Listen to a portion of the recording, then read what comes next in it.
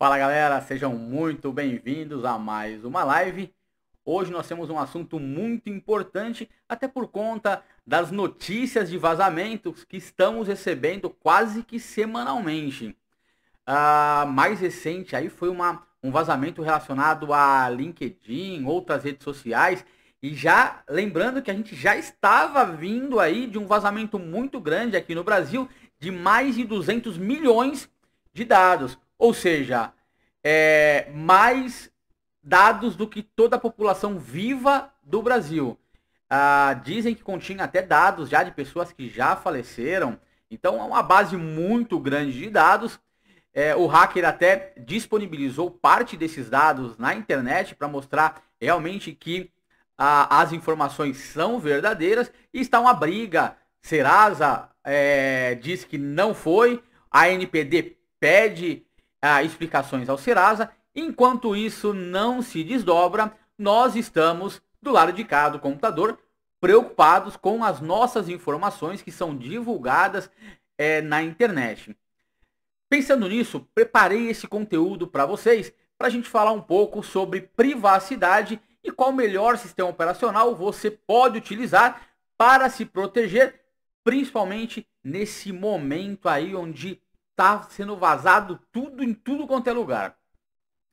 Bem, galera, vamos lá. Procurando na Wikipedia, tem um resumo sobre privacidade. E privacidade é o direito à reserva de informações pessoais e da própria vida pessoal. Em outras palavras, privacidade é o direito de ser deixado em paz.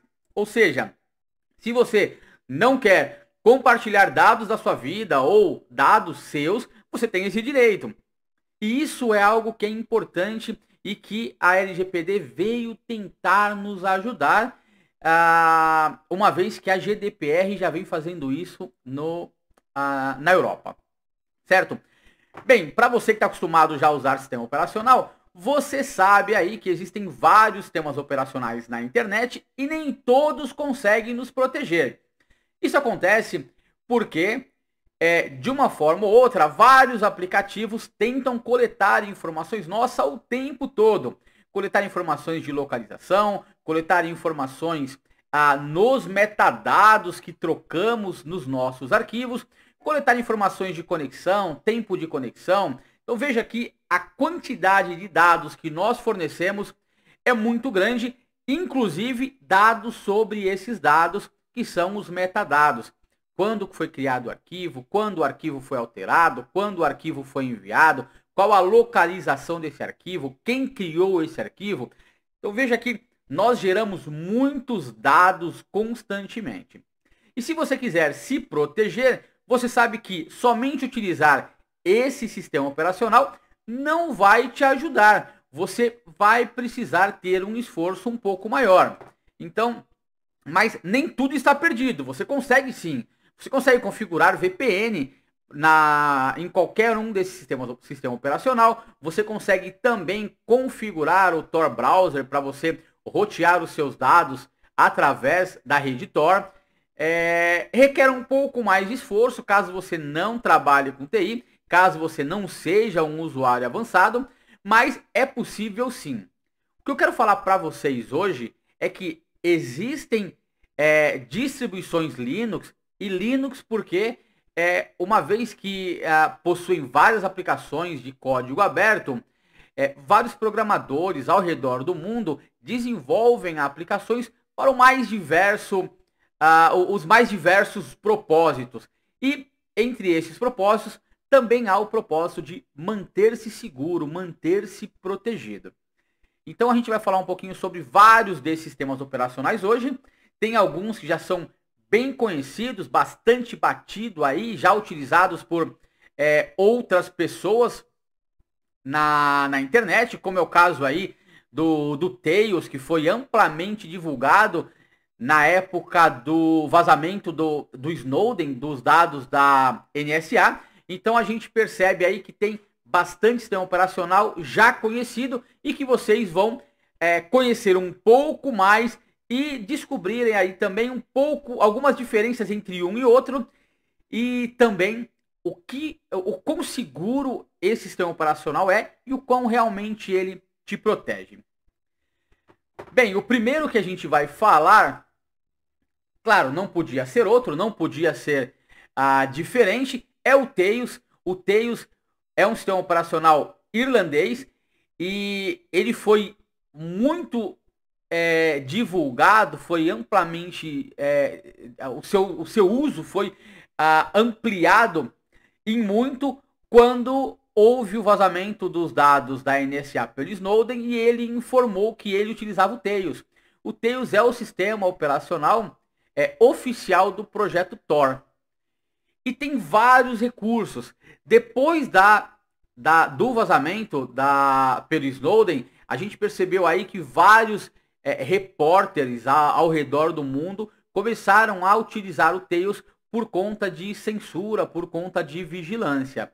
Então é um sistema operacional bastante interessante. Já utilizei várias vezes, achei muito fácil, muito simples de usar. E ele roda em Live CD. Você pode colocar ele no pendrive ou você pode rodar ele num CD. Claro que o ideal é num pendrive, levando em conta aí que várias máquinas novas nem possuem mais dispositivo de CD. Toda vez que você inicializar o Tails, ele vai subir como uma distribuição, uma versão limpa, sem nenhum tipo de acesso, sem nenhum tipo de configuração, sem nada configurado, como se você estivesse iniciando pela primeira vez. Isso é muito legal, porque tudo que você fizer, quando você desligar o Tails, é apagado da memória. Porém, não se preocupem, jovem Padawan, existe também um recurso no Tails que é a persistência. Ele cria uma pasta de persistência no seu pendrive e você pode manter alguns arquivos salvos, alguns documentos salvos, claro que protegidos aí por criptografia. Então, quando você sobe o Tails, você tem a possibilidade de abrir a sua pasta de persistência e acessar o conteúdo que está lá dentro. Lembrando que uma vez que você está utilizando o Linux, você pode também ter alguns aplicativos nessa pasta de persistência, certo? Para quem quiser saber um pouco mais sobre como acessar o Tails, você pode fazer o download e acessar aqui no rodapé tails.bom.org e você terá mais informações sobre o Tails. Ok? Bem, vamos dar continuidade. E aí a gente vê o nosso garoto propaganda, Edward Snowden, falando do Tails em 2013. Logo em seguida, em 2014, devido ao seu amplo uso, vazaram algumas notícias de que o Tails não era totalmente seguro assim como se esperava. E o Snowden abandonou o uso do Tails e passou a utilizar outro sistema operacional que já vamos falar. Pois bem, isso que aconteceu em 2014 são águas passadas. Logo depois disso, várias correções já foram implementadas no Tails e o Tails continua sendo uma distribuição segura para quem busca privacidade. Também vale ressaltar que o Tails é um SO muito simples de ser utilizado. Se você já trabalha com qualquer distribuição Linux, ou se você mesmo trabalha com Windows ou com macOS, você não terá dificuldade em trabalhar com o Tails. Muito simples e muito fácil de usar. Essa é a janela do Tails. Então você pode ver aqui que nós temos aqui o ícone do Tor para verificar se a sua conexão está passando pela rede Tor ou não. Veja que o gerenciador de janelas é muito fácil, muito simples de usar, bastante intuitivo.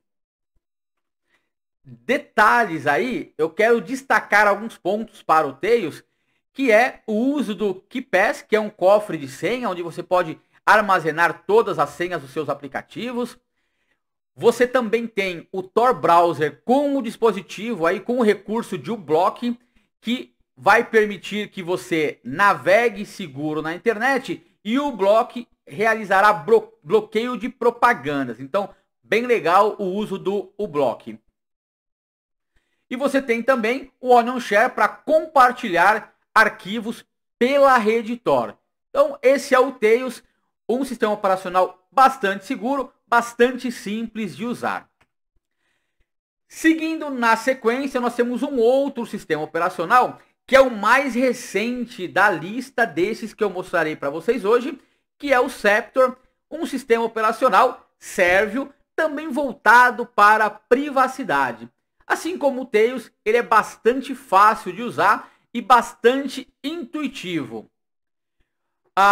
O Septor é baseado na distribuição Debian, então ele trabalha aí com a versão teste do Debian e utiliza como ambiente gráfico KDE, ou seja, também muito fácil de você usar. Se você quiser fazer download do Septor, tá aqui embaixo também no rodapé, septor.searchforge.io, você conseguirá realizar, fazer o download. Que mais? Tem outros pontos interessantes aqui para o Septor. Ele também utiliza a rede Tor. A gente vem falando aí que a recomendação para você que vai trafegar na Deep Web, usar Tor e usar VPN também. Mas você sabia que você pode utilizar o Tor para navegar também na Surface Web? Na web comum que a gente utiliza no dia a dia, para acessar o Google, para acessar aí grandes portais, como portais de notícia como Terra, UOL, Globo, você pode utilizar o Tor para navegar normalmente na internet. É bem verdade que no passado o Tor era muito lento para se utilizar. Porém, com as atualizações, com o avanço do projeto Tor, a gente vem percebendo aí um aumento na velocidade de utilização. Muitas vezes a lentidão ocorre devido aos nós que estão que se conectam quando você faz uma conexão. Quando você vai fazer um acesso, a algum conteúdo da rede Tor. Então você utiliza aí um nó de entrada, um nó intermediário e um nó de saída. E não é incomum algumas máquinas quererem se tornar também nó e possuem uma rede um pouco mais lenta, uma conexão de internet que não dá conta da conexão. Logo, se você se depara com um nó que é mais lento, toda a sua conexão fica mais lenta. Alguns países possuem velocidade de internet mais lenta e acabam impactando diretamente quando você se conecta no Tor. Por exemplo, você faz uma conexão daqui do Brasil, o seu nó de entrada é um nó em Portugal, o seu nó intermediário é na Alemanha, o seu nó de saída na China, por exemplo. Se qualquer um desses nós tiver uma baixa conexão, todo o tráfego que você passa, que você enviar e que você receber, será impactado por conta da velocidade desses nós. Além disso, o Septor também possui outras ferramentas que você consegue trabalhar junto com o Tor. Entre elas eu quero ressaltar aqui o Ricochet, que é um cliente de mensagem instantânea que visa privacidade. Temos também vários aplicativos voltados aí para proteção, é o caso do Sweeper. Anota esse aplicativo, muito interessante, ele faz limpeza de cache de memória, limpeza de arquivos temporários, excelente quando você quer limpar tudo que você executou, tudo que você acessou em memória. Também tem o VeraCrypt para criptografia. VeraCrypt, vamos falar já um pouquinho dele. E o Match, que é um aplicativo aí para limpeza de metadados. Também bem legal, já vamos falar um pouquinho dele numa outra distribuição. Essa é a tela do Septor, também fácil de usar, vejam que é bastante intuitivo. Tem um botão iniciar aqui, muito parecido com o Microsoft. Como ele trabalha com KDE, vocês sabem aí que é muito fácil de usar, vocês não terão dificuldade. A partir de agora, os próximos sistemas operacionais que a gente mostrará, eles são um pouco mais complexos, talvez alguns usuários tenham um pouco mais de dificuldade, alguns requerem um pouco mais de recurso de processamento de máquina, mas também são excelentes ferramentas e é importante que vocês saibam, que vocês conheçam. O primeiro deles é o Wonix. O Wonix é um sistema operacional desenvolvido na Alemanha, portanto ele é alemão, obviamente. E diferente dos outros sistemas operacionais, ele é feito para você rodar dentro do seu sistema operacional como uma máquina virtual. Recomendação é que você utilize ele no VirtualBox. Não existe suporte oficial para VMware, mas com alguns ajustes você até consegue rodar no VMware. Na minha máquina aqui, ele roda em VMware. Deixa eu mostrar para vocês aqui, caso vocês queiram fazer o download, www.onix.org. Você vai conseguir também trabalhar com o Onix integrado com outros SOs. Como eu falei, o objetivo dele é você rodar com máquina virtual. Você pode rodar no seu Windows, no seu Linux, no seu Mac. Porém, quando você integra com outros sistemas operacionais que focam em privacidade, aí você amplia as camadas de proteção que você tem no seu computador. Vamos lá. Também trabalha com o Tor, ele também utiliza Tor. Você consegue executar aplicativos Android também nele. E você consegue criar aí hidden services para rodar na Deep Web, para você rodar a P2P quando você estiver conectado no Tor. Bem, eu vou falar já para vocês aí diferença de Surface Web, Deep Web, Dark Web. Então não se preocupe, até porque esse material, essa live, que na verdade é uma continuação da live que a gente fez ontem, o objetivo dela é a gente dar uma introdução para Deep Web, para Tor. A galera que acompanha a gente já vem pedindo para a gente fornecer um material sobre Deep Web e sobre Tor há bastante tempo, e a gente não fez isso até agora, porque a gente entendia que a galera que acompanha a gente não tinha ainda um conteúdo maduro o suficiente para começar a passar conhecimento de Tor, de Deep Web. É muito provável que, se você nunca acessou a Deep Web, quando você acessar a primeira vez, você ficará um pouco assustado. Por conta disso, a gente quer criar uma certa maturidade na galera que nos acompanha, para depois a gente fornecer um pouco mais de material. Então, esse conteúdo de hoje, ele é uma introdução ao a Deep Web, ok? Vamos falar bastante aí de Tor, bastante de VPN, bastante de Red Onion, para você entender um pouquinho, se familiarizar com esse conceito. Vale reforçar que quando a gente fala de Deep Web, né, a gente fala, eu até falei que ia falar depois, deixa eu já dar uma introdução agora. Deep Web, internet, fossas marianas, Dark Web, galera, é tudo internet. O que acontece é que parte do conteúdo da internet ela é indexada pelos navegadores, pelos buscadores que a gente já conhece. Então, por exemplo, se você pesquisar no Google alguma palavra específica, algum termo, o Google vai trazer para você todo o conteúdo que já está indexado sobre essas palavras. Porém, algumas informações não são indexadas. E não são, não porque são conteúdos maliciosos ou maldosos, muito pelo contrário, muitas vezes são informações que não são relevantes para estarem disponíveis para os usuários, como por exemplo informações de banco de dados, base de dados. É interessante que esses dados sejam acessados através de uma página, um aplicativo que é indexado. Porém, esses dados, o fabricante ou a empresa não tem interesse que fique aberto e disponível para qualquer usuário. Quando a gente fala de Deep Web, é justamente esse conteúdo que não é indexado. E saiba que na internet hoje nós temos muito mais conteúdos não indexados do que indexados. Dentre esses conteúdos não indexados, nós temos também uma camada de dados, alguns dados que são conhecidos aí como Dark Web, que são os dados que rodam através de rede P2P e você precisa aí trafegar através do Tor. Então são os conhecidos aí .onion, são os arquivos .onion que você navega e também não são indexados. Alguns desses arquivos, alguns desses sites, alguns desses serviços são serviços de conteúdo ilegal, como venda de drogas, pornografia infantil, venda de armas ou venda de dados de cartão de crédito, dados pessoais. Muitos dos dados que são vazados são vendidos livremente na Deep Web por conta de anonimização.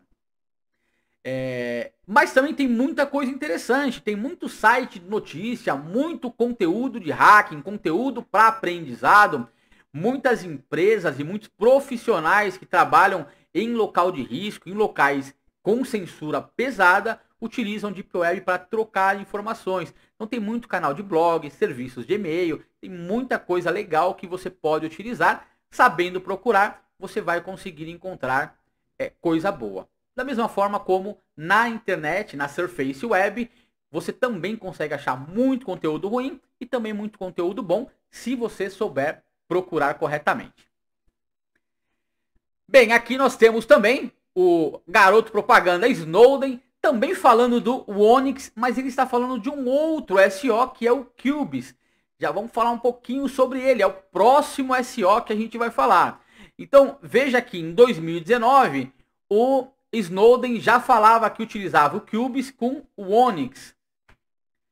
Essa telinha do Wonix não é muito difícil de você utilizar, porém, saiba que você precisará utilizá-lo junto com outro sistema operacional, não diretamente, não rodando ele diretamente na sua máquina. Então, você utiliza ele como uma máquina virtual. Para isso, vai precisar de um VirtualBox na sua máquina, que é o recomendado. Se você nunca usou máquina virtual, a gente tem alguns vídeos aí que mostra como fazer algumas configurações, pode te ajudar. E também na internet você vai achar muita informação sobre como configurar uma máquina virtual, seja com o VMware, seja com o QEMU, seja com o VirtualBox, tá legal? E com outras ferramentas também de virtualização, como o Hyper-V da Microsoft. Bem, essa é a tela do Wonix, e o Wonix ele é bem legal, mas ele fica mais legal quando você integra ele com o Cubes. Cubes é um sistema operacional polonês e também com foco em privacidade. Mas o Cubes, galera, eu vou ser sincero para vocês, eu fiquei apaixonado por esse SO. Eu estou já pretendendo formatar um dos meus notebooks para deixar esse sistema operacional. Quero brincar um pouquinho com ele, entender mais o funcionamento. E já adianto para você que o Cubes não é para qualquer um. A lista de pré-requisitos para fazer a configuração é muito grande. Você precisa ter um processador que suporte virtualização. Recomendação mínima para você trabalhar com Cubes, 4 GB de memória e 32 GB de espaço livre no seu HD. Porém, a configuração ideal para você rodar o Cubes são 16 GB de memória e 128 GB de SSD. Então veja que a configuração ela é bem parruda. Para rodar aqui na minha máquina virtual, eu precisei aí de pelo menos 8 GB de memória com 35 GB de SSD de disco separado para conseguir rodar essa distribuição. Do contrário, ele funciona, mas ele ficava muito lento. Vamos falar um pouquinho sobre ele. O Cubes trabalha com isolamento através de virtualização. Então, se você já trabalhou com máquina virtual, você sabe que quando você abre uma máquina virtual, você pode ou não ter acesso ao ambiente interno, né, ao host que está armazenando essa máquina virtual, dependendo da configuração que você fizer. Então, se você quiser, o host não comunica com a máquina interna. Ou, se você quiser também, nenhum host se comunica com outro host. Então, olha que interessante. Se você tiver uma dessas máquinas que for uma máquina virtual dentro do seu ambiente que foi comprometida por um ataque hacker, o seu ambiente ainda estará protegido, porque o atacante não conseguirá migrar para o host. Galera, sensacional! Vou mostrar para vocês aqui qual que é o diagrama dessa aplicação e vocês vão ver como ele é sensacional. O Cubes é baseado no Fedora e trabalha com XFCE, então ele não é muito difícil de usar. Você vai passar por uma curva de aprendizado, como você precisa para qualquer sistema operacional, mas eu falo para vocês, vale a pena porque é um sistema muito legal. Então, cada instância de aplicativo, eu rodo um aplicativo que está dentro de uma máquina virtual. Ou seja, dentro do Cubes eu posso ter um Debian, eu posso ter um Onix e executar, por exemplo, o browser do Onix, ou executar o Tor do Fedora, ou executar o aplicativo de VPN do Debian. Veja que você trabalha interligado e protegendo cada ambiente virtual. Eles não conseguem passar para dentro do seu host. Se você quiser saber um pouco mais sobre o Cubes, está aqui também a página cubes-os.org.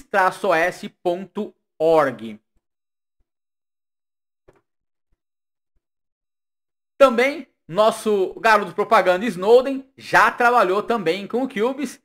Já tem notícia aí de Twitter falando aí que ele já utilizou o Cubes. No anterior ele falava que usava o Cubes e o Onix, tweet que ele mandou em 2019. Veja, galera, que quando se fala em privacidade, parece que a galera vai atrás aí do Snowden para que ele faça algum tipo de declaração, e por isso que estou brincando aí, chamando ele de garoto propaganda do dos nossos SO seguros. É importante também você ter em mente que não é porque alguém falou que usava um sistema há 10 anos, quer dizer que esse sistema continua sendo seguro ou continua sendo bom. Veja que a tecnologia muda, novas tecnologias surgem, novos sistemas surgem, e não há nada de errado você usar A, usar B, testar outras aplicações. Esse material que eu estou apresentando agora vai ter utilidade aí por alguns bons anos para você. Então guarde esse material, o conteúdo em PDF ficará disponível também para que você tenha acesso a essas informações e utilize da forma que você melhor desejar. Essa é a cara do Cubes. Veja que você consegue rodar aqui instâncias do Fedora, do Onix. No meu tem o Debian também. Então aqui estava até um pouquinho antes aí da gente conseguir gerar esse material para vocês. Então eu até fiz uma atualização. O problema é que se eu usar para gravar ele agora, ele vai consumir todo o meu recurso de rede. Eu fiz um teste aí com todas essas máquinas virtuais, baixei todas as máquinas virtuais, as 5 máquinas que eu vou apresentar para vocês, e minha rede caiu. Eu fiquei sem rede, porque todo mundo quer trafegar por Tor com VPN, e aí meu roteador ficou um pouco bagunçado, de muita máquina tentando fazer conexão diferente para fora. Galera, esse é o funcionamento do Cubes. Por si só de você dar uma olhada, você vê que é sensacional. Ele trabalha aí com o Chain Hypervisor para fazer a virtualização das máquinas. Ele tem alguns templates de VM. Por incrível que pareça, eu não achei template Microsoft, mas eu acredito que seja possível você rodar sim. Você tem aqui Fedora, o Onix e Debian, os 3 sim, eu consegui rodar os 3 dentro da minha plataforma. E aí você pode escolher aplicativos virtualizados de cada virtualização que você tem. Então olha que legal. Você pode pegar, por exemplo, o Thunderbird do Fedora, usar o VLC do Debian, ou usar o LibreOffice do Onix, por exemplo, ou o Firefox. Você pode trabalhar com aplicações virtualizadas. Galera, sensacional. Realmente eu fiquei apaixonado por esse SO. Vou subir em uma das máquinas e, como eu falei, se você tiver curiosidade e quiser mexer, você vai ter um pouquinho de dor de cabeça com relação a pré-requisitos. Então, lembrando, sua máquina deve suportar virtualização. Você precisa de 16 GB de memória e 128 GB de SSD para rodar o Cubes de uma forma tranquila. Claro que mais memória vai fazer com que você rode ainda melhor as suas aplicações. Tá legal? Alguém tinha perguntado o seguinte: professor, mas eu posso rodar tudo isso no Kali? Galera, pode rodar no Kali. Só que é o seguinte, na verdade não da forma que está aqui, né? Você não vai conseguir rodar o Cubes dentro do Kali. Até consegue virtualizando, né? Uma virtualização dentro de uma virtualização. Mas não é o foco. O Kali é um sistema operacional para você atuar de forma ofensiva ou trabalhar com forense. Mas não é um sistema operacional para proteção. O foco dele é atacar, explorar vulnerabilidades. Esses sistemas operacionais que eu estou falando para você tem como objetivo privacidade. É para você poder mandar seus e-mails, acessar a internet, acessar seus aplicativos do dia a dia de uma forma segura, estando protegido. Legal? Bem, por último, vou trazer para vocês o Kodashi, que é um sistema operacional desenvolvido por hackers de Oman. Oman é um país, se eu não me engano, do leste europeu. Ele fala país árabe, né? A galera fala, o pessoal é a grande maioria muçulmanos. Não tenho mais informação para falar. Eu sei que eles são da região ali, da galera que fala árabe ali. E é um sistema operacional bastante legal. Tem muita coisa legal, galera. Galera, que tiver alguém que acompanha a gente aí, que é da região, ó, me perdoem. Desculpa a ignorância desse que vos fala. Realmente não conheço a região. Se você quiser buscar informações sobre o Kodashi, você tem aqui digi77.com Linux Kodashi. E aí, galera, esse SO é um SO também interessante. Não é tão difícil de usar, mas ele é rico em ferramentas. Tem muita ferramenta. E olha um diferencial que eu venho alertando para vocês em quase todas as lives. O Kodashi já trabalha integrado VPN e Tor. É o que eu venho falando para vocês constantemente, VPN e Tor. Você pode utilizar VPNs conhecidas ou pode utilizar também sua própria VPN. E aí você criptografa os dados para passar pelo Tor. Por que é importante VPN? Porque quando você sai da internet e você entra num Entry Node, você já está com seus dados desprotegidos. A partir do momento que você está na rede Tor, tudo é criptografado e as informações, cada nó não tem a informação do nó anterior, mas ele sabe para onde que ele vai. Quando você chega num Exit Node, que é um nó de saída que vai mandar para a rede normal, quando ele sai do Exit Node, ele também sai sem criptografia. Então, você tem dois pontos críticos, a entrada e a saída da rede Tor. A entrada, como eu já mencionei para vocês algumas vezes, o seu provedor sabe que está passando conteúdo Tor quando você sai para a internet. Então ele já sabe, está passando conteúdo Tor. Então isso é um ponto que pode te denunciar por correlação. Já vamos falar um pouco sobre isso. E quando você sai da rede Tor, também já é possível ter informação que aqueles dados vieram por uma rede Tor. Então veja que você tem problema na entrada e na saída. Professor, mas ainda assim fica difícil de identificar. Fica, não é tão fácil. Mas também não é tão difícil assim como você imagina. Vou dar um exemplo. Um aluno de uma escola norte-americana mandou uma mensagem para a escola falando que havia uma bomba na escola. Ele mandou, claro, utilizando a rede Tor. Durante as investigações,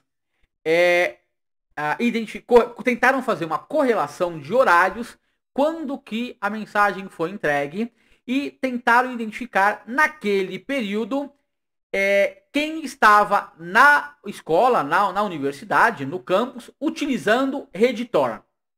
E aí descobriram que havia um login que estava utilizando rede Tor naquela faixa de horário. Logo, conseguiram chegar ao remetente da mensagem. Então veja que não é tão difícil assim quando você trabalha com correlação de eventos. Galera, tem mais coisas aqui. Vamos lá. O Kodashi também trabalha com várias ferramentas, como o KeePass, a gente já falou. VeraCrypt, que é uma ferramenta para criptografia de disco, criptografia de pastas. Muito legal o VeraCrypt. E também ele fala de novo aqui do MET. Já vamos falar do MET aqui, que é o Metadata Anonymization Toolkit. Essa é a cara do Kodashi. Cada ícone desse aqui abre uma galeria enorme de aplicativos. Então o Kodashi é muito rico em aplicativos. Cada vez que você aumenta, diminui sua janela, ele faz um refresh na aplicação, no desktop. E aí, quero ressaltar no Kodashi, o Mate, como eu falei, é uma ferramenta que ele vai limpar todos os metadados, ou seja, dados que estão nos seus dados, não apaga as informações do documento, mas remove metadados. Por exemplo, um arquivo do Word, quando você cria, tá? Você vai criar uma mensagem, não vou falar você vai criar uma mensagem, mas vou dar um outro exemplo. Você recebe uma mensagem, um e-mail com um arquivo anexo falando aí que, sei lá, algum crime que aconteceu, sequestraram seu cachorro, tá? E querem um resgate.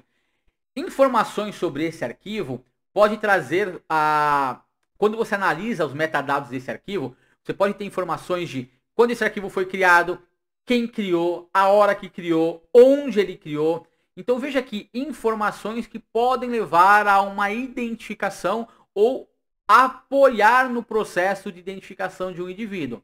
O Match limpa todos esses metadados. Além disso, o Kodashi também já trabalha com o Signal, tem o Signal instalado. O Signal, para quem não conhece, é uma excelente alternativa para o WhatsApp, uma vez que ele trabalha com criptografia ponta a ponta. Nesse momento aí que a gente está num processo de transição de licenciamento do WhatsApp, né? A gente recebeu aí a nova política de privacidade, onde a gente tá nessa de aceita ou não aceita, faço ou não faço, vou aceitar que meus dados sejam compartilhados com o Facebook e demais redes que são relacionadas ao Facebook. E uma excelente alternativa é o Signal.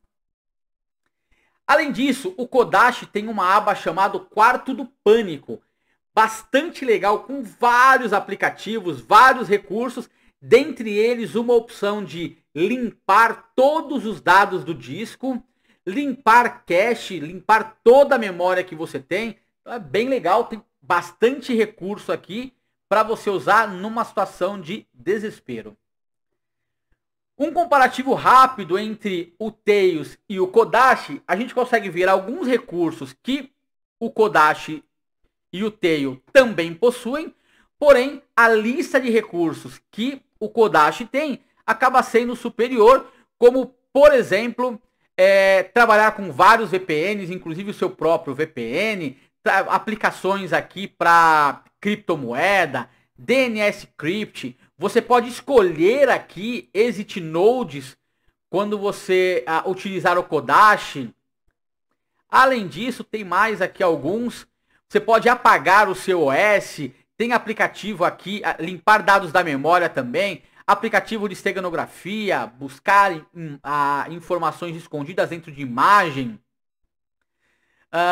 Que mais? Tem também KeePass, tem vários aplicativos aqui que você consegue trabalhar utilizando o Kodashi. Bem, chegamos já na reta final do nosso vídeo e vamos falar sobre como você pode se proteger na internet. Primeira dica é sempre trabalhar com VPN, não somente quando você vai fazer algo específico. Você pode rodar VPN diariamente, constantemente na sua máquina. Existem aí soluções de VPN de baixíssimo custo que você pode utilizar. Além disso, como eu falei, você pode trabalhar na Surface Web, você pode navegar nos seus sites na internet através do Tor. Com VPN e Tor, você acaba se protegendo muito mais na sua navegação do dia a dia. Além disso, sempre que você mandar mensagem, criptografe suas mensagens. Utilize também soluções de e-mail seguros.